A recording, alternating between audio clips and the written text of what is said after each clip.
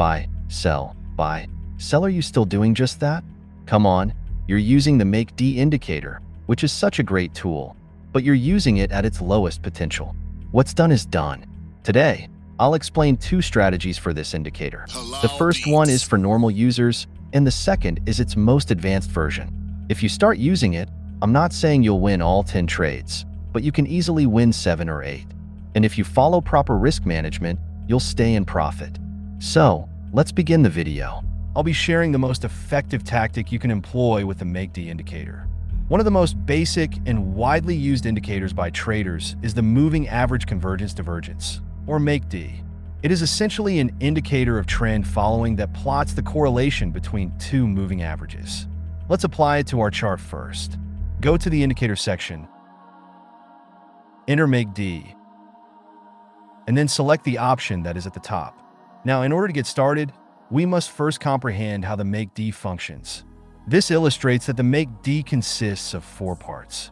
The MACD line and the signal line are the first 2 lines we have. Observe how the two differ from one another.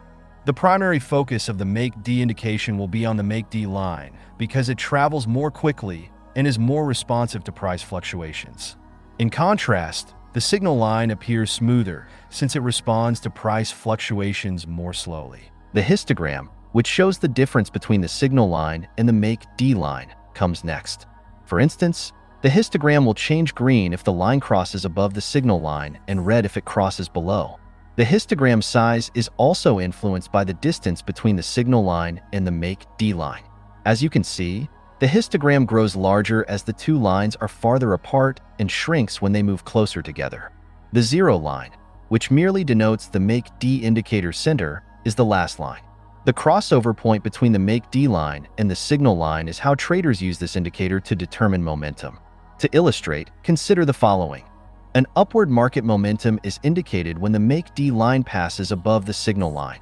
A downward market momentum is indicated when it crosses below. The size of the histogram can also be used by traders to assess the momentum's actual strength. A higher rising momentum is indicated if the MACD passes above the signal line as the histogram grows larger. Similarly, decreasing size of the histogram signifies a decrease of upward momentum. Since it is previously known that the MACD is based on moving averages, the rationale behind using the MACD rather than the moving average is apparent. Permit me to make a little analogy. The two exponential moving averages over here are also set to the same values as the MACD, which are 12 and 26. The MACD is configured as default here. Observe how the two indicators correlate with one another. Each time a crossover occurs on the moving averages, there is corresponding crossover on the MACD. However, this crossover occurs between the MACD line and the zero line. Recall that the crossover between the MACD line and the signal line is what we are looking for in the MACD, not the zero line. As you can see, in contrast to the crossover on the moving average, the crossover on the MACD provided a significantly earlier entry signal. I like it more as a momentum indicator because of this. Let's now discuss the various approaches you might take when working with the MACD indication. First, employing the indication alone is a common mistake made by traders. Allow me to demonstrate why using the MACD by itself is a terrible idea. In this instance, the market as a whole is in a downturn, but the MACD is breaking above the upward trend line. The market is in a decline, despite the MACD signaling positive momentum. This is an example of how the signals are conflicting. The MACD only displays short-term momentum, which is precisely why you shouldn't use it alone. Since we never want to trade against the trend, we must also take the long-term trend into account. For novices, I suggest a straightforward but highly profitable approach that combines the MACD with a long-term trend indicator, such as the 100 EMA. In this manner, we can trade the MACD in a secure manner while following the long-term trend. This is the trading approach. Finding the long-term trend by examining the 100 EMA is the first step. The long-term trend is shown by an upward trend if the price is above the 100 EMA and a downward trend if it is below. Finding crossovers on the MACD that provide the same signal as the long-term trend is the next step after determining which trend it is. Since the long-term trend in this example is up, we should only act on signals when the MACD crosses over to the upside. This is the time to enter a long position. You can set your profit objective at 1.5 times your stop loss and your stop loss at the closest swing low as part of your exit strategy.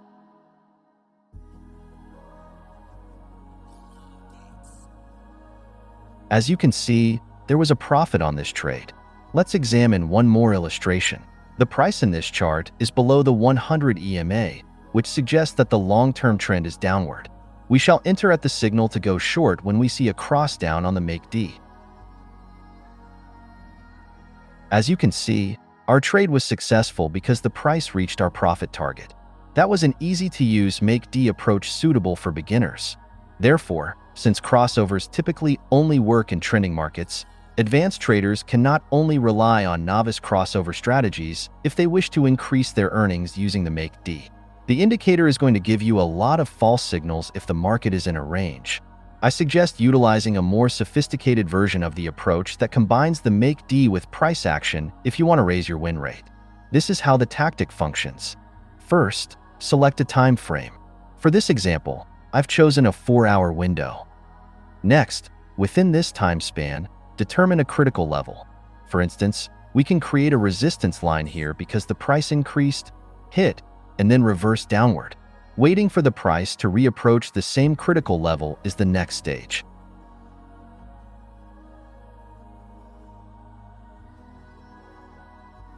We anticipate a bearish price reversal after this.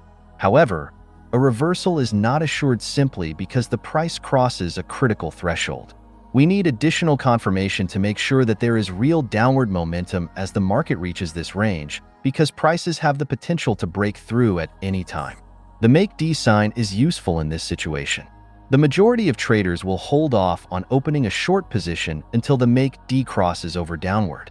But in doing so, you would have entered late and saw that the downward movement had already occurred. I have a hidden trick where I zoom in on the 2 time frames below to acquire an earlier entry signal. Let's zoom in to the 2-hour chart because I'm now on the 4-hour chart.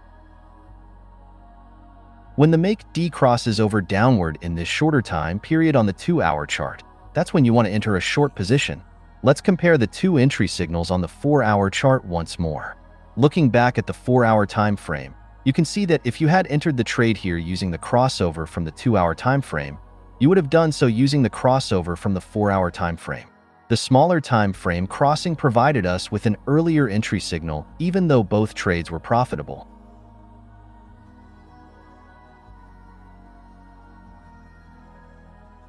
Let's take another look at the plan.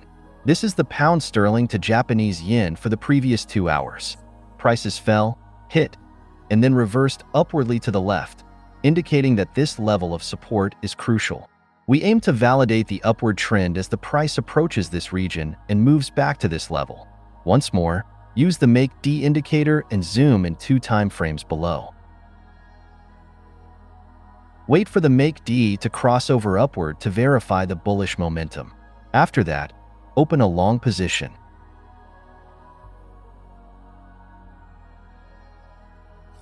Now let's go back to the 2-hour window and use our exit plan. Set your profit target at 1.5 times your stop loss and position your stop loss at the critical level. As you can see, there was a profit on this trade. I recently shared with you high win rate MACD methods that you may apply now.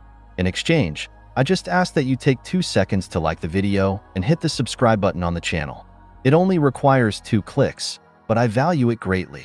You are welcome to view my other videos as well. I appreciate you viewing, and I hope to see you in the upcoming video.